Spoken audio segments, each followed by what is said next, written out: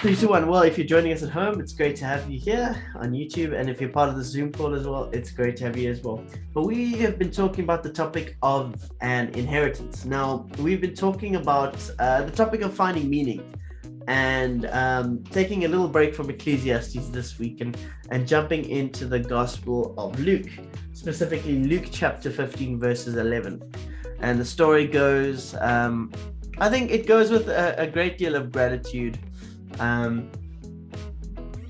don't know how you would show gratitude, but there was a father who had two sons, and the younger one of the sons said, "Hey, Dad." It's in it's in Luke chapter 15, verses 12. His son essentially says, "Hey, Dad, you know that inheritance that I'm supposed to get when you die? I kind of want that inheritance now, so I kind of wish you were dead. So give me what's my share, and I want to go off." So his father, being an incredibly gracious man, goes and divides his property between his sons.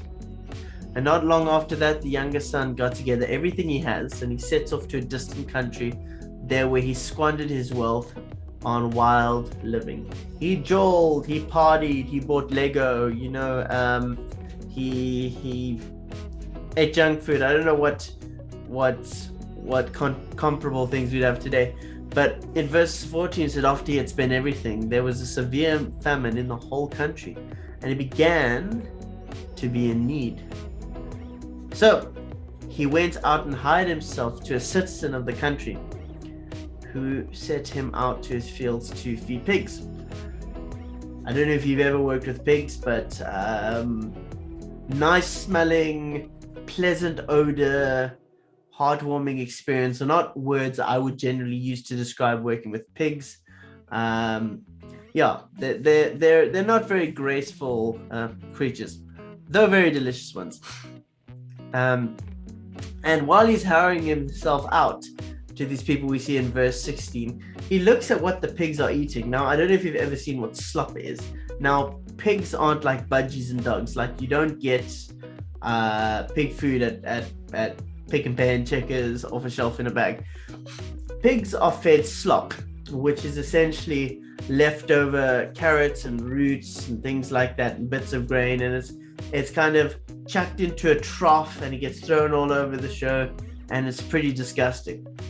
Now, I don't know about you and whether you like fancy cuisine or not, or anything along those lines, but imagine the place you have to be sitting working with pigs and look at the food the pigs are eating and say to yourself, I wish I could eat what those pigs were eating.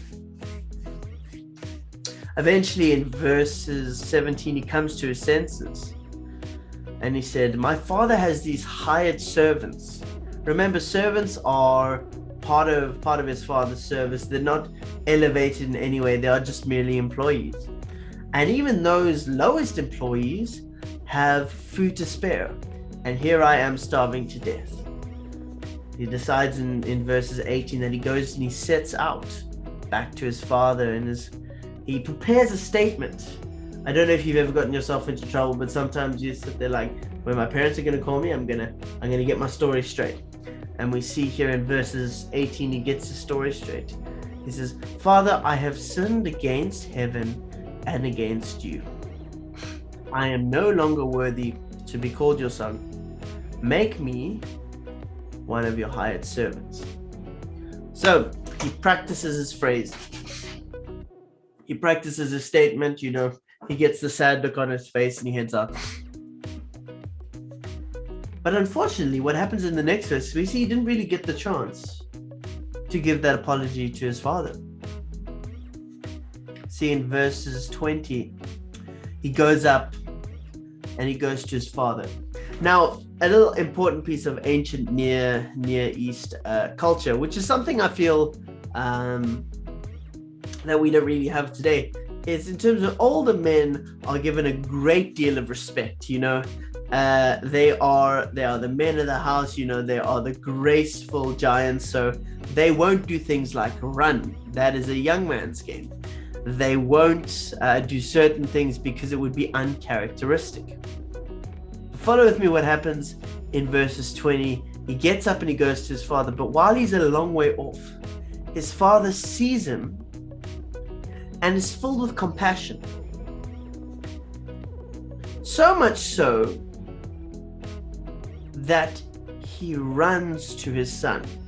And back in the days, they didn't wear things like shorts and those kind of things. They used to wear tunics. So if you can figure it out like this, it would be him having to lift up his man dress, essentially, and run out to his son. Something uncharacteristic of a father to do.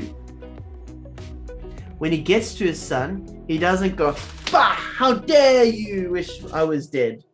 But no, filled with compassion, he embraces his son. He puts his arms around him and he kisses him.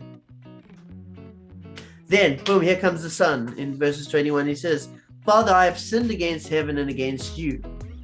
I am no longer worthy to be called your son." But the father ignores this. In actual fact, he's on another plan. In verses 22, he says this, "Quick, bring the best robe and put it on him. Put a ring on his finger and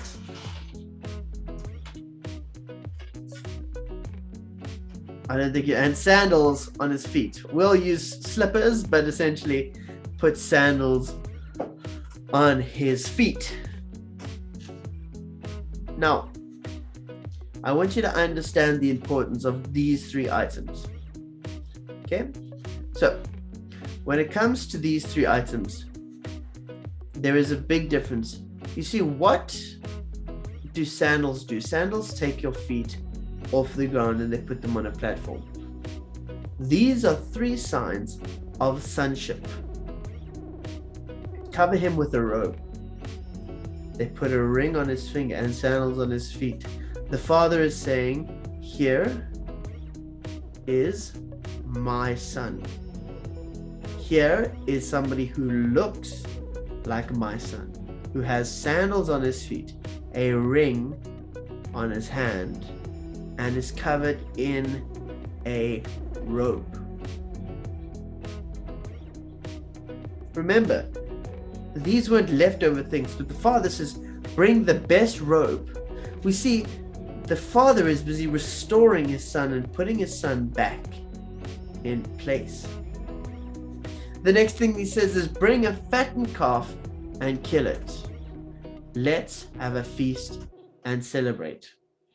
Why are we celebrating? Well, he says that, "For the son of mine was dead and is alive again. He was lost and is found." And they began to celebrate. Now, this is the point where the parable of the lost son, which is essentially the topic we're talking about, goes in two directions for us as Christians as an application. This story is important for one, people who are coming back to becoming Christians and coming to God, and for people who have been Christians for a while. We've been talking about the topic of meaning and finding meaning in life and finding meaning as Christians. And sometimes the biggest thing we long for is for certain people to become Christians, whether it be friends of yours you grew up with, whether it be family members you grew up with. But sometimes there are certain people that we feel do not deserve salvation. I know that's a horrible thing to say, but sometimes in the back of our minds, we look at them and, we look at them and just being nasty people, and we say, that person is just terrible. That person does not deserve to be saved. And we're going to ask ourselves the question today: is our response the same as the son who comes back to God? Or is our response sometimes like the elder son? You don't know what happens to the elder son? Let's go have a look back at verses 24. They're having this party and the father says, "For the son of mine was dead and is alive. He was lost and is found." So they began to celebrate. Meanwhile, while this is all happening, the older son was in the field. When he came near the house, he heard music and dancing. So he calls one of the servants and asks him what's going on.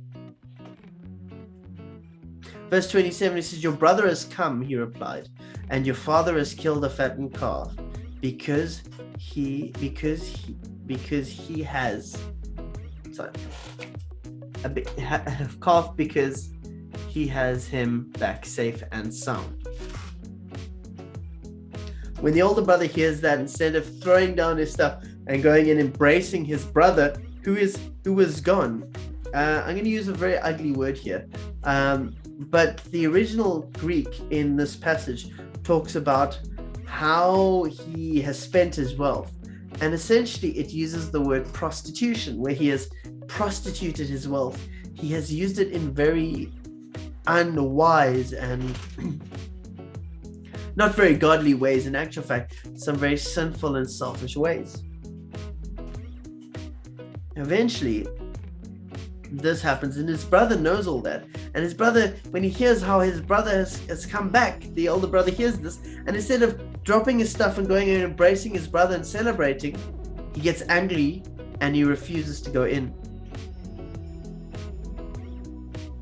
So like any father wanting to bring them back together, he brings them back, he goes out to talk to his son. And when his father comes out, the son says, "Look, all these years I have been slaving for you. I have never disobeyed your orders, yet you gave me not even a young goat that I could celebrate with my friends." I want to talk about how this elder son sees issues here. Now, in a certain degree, he's right. He did faithfully serve his father. He was, under his father's care. He was helping in the fields. He did a diligent job. So yes, he has worked hard.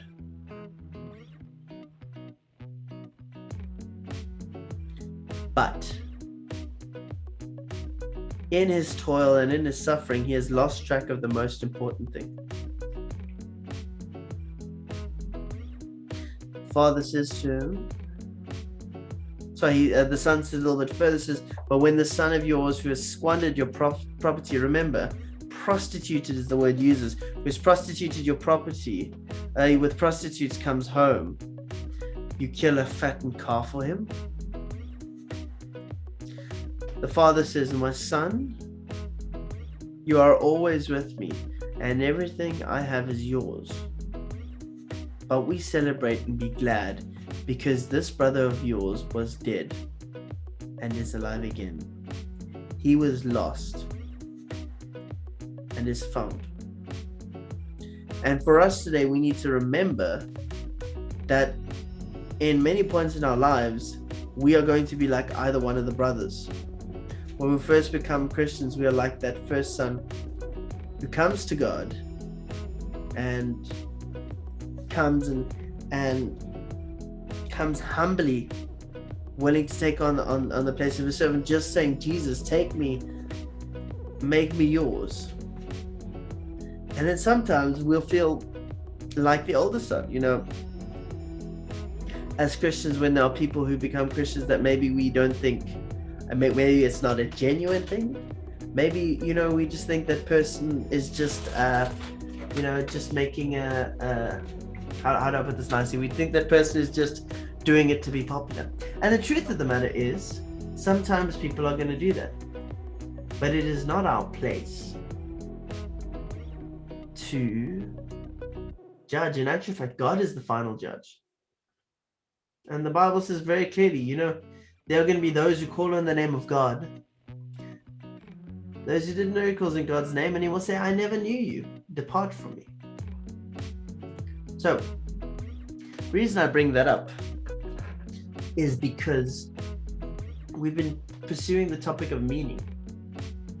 And as Christians, we need to remember that sometimes we like to gatekeep the church and gatekeep